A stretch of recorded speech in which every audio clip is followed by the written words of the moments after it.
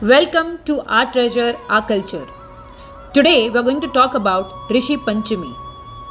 ये दिन गणेश चतुर्थी के ठीक दूसरे दिन आता है.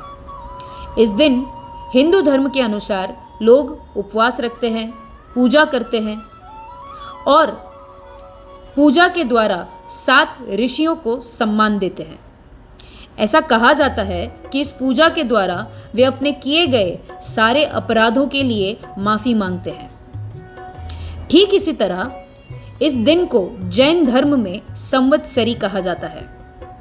जैन धर्म का सबसे बड़ा पर्व यानी कि पर्युषण महापर्व का आखिरी दिन संवत्सरी होता है. इस दिन वे अपने किए गए सभी अपराधों के लिए क्षमा मांगते हैं. खामेमि सव्वे जीवा खमंतु मे मीति में सव्वे भूएसु वेरमज्जनकेणै.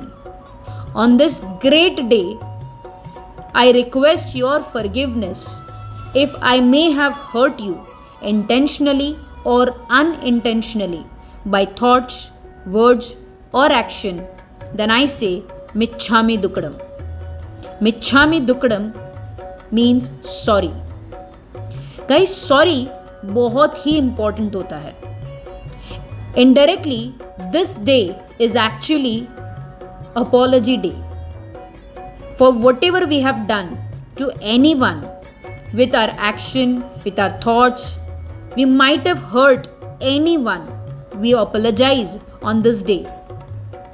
Question arises, to whom we should say sorry? Well, we should say sorry to our parents, our teachers, our friends, our brother, sister. In short, we should say sorry to all of them to whom we must have hurt. Guys, apologizing is not that you are right or you are wrong or somebody is right or somebody is wrong. It just means that you value your relationship.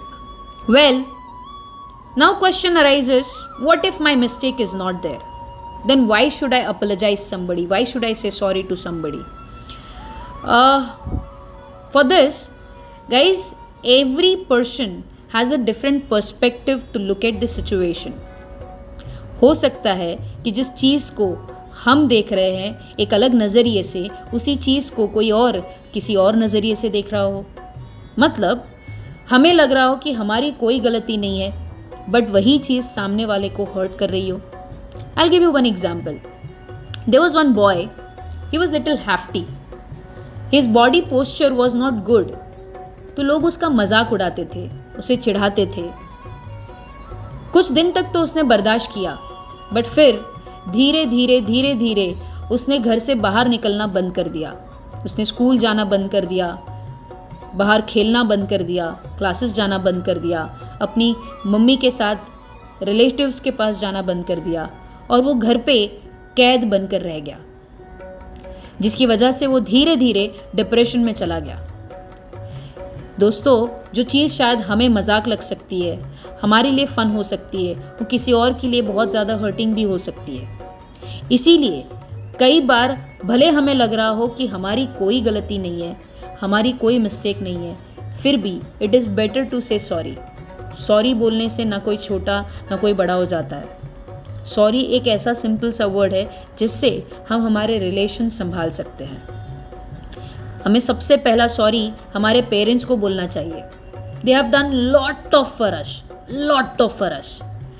But just because they reminded us to study, just because they reminded us our responsibility, just because they reminded us that what we should do and what we should not do, at times we hurt them by our words, by our action.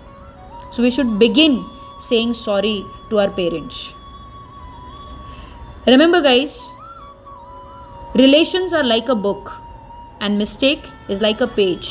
So it is always better that instead of losing the book of relation, we tear the page of mistake by saying sorry. So friends, celebrate this day as Apology Day by saying sorry, and we will begin by saying sorry to our parents for whatever we have done to them. Thank you.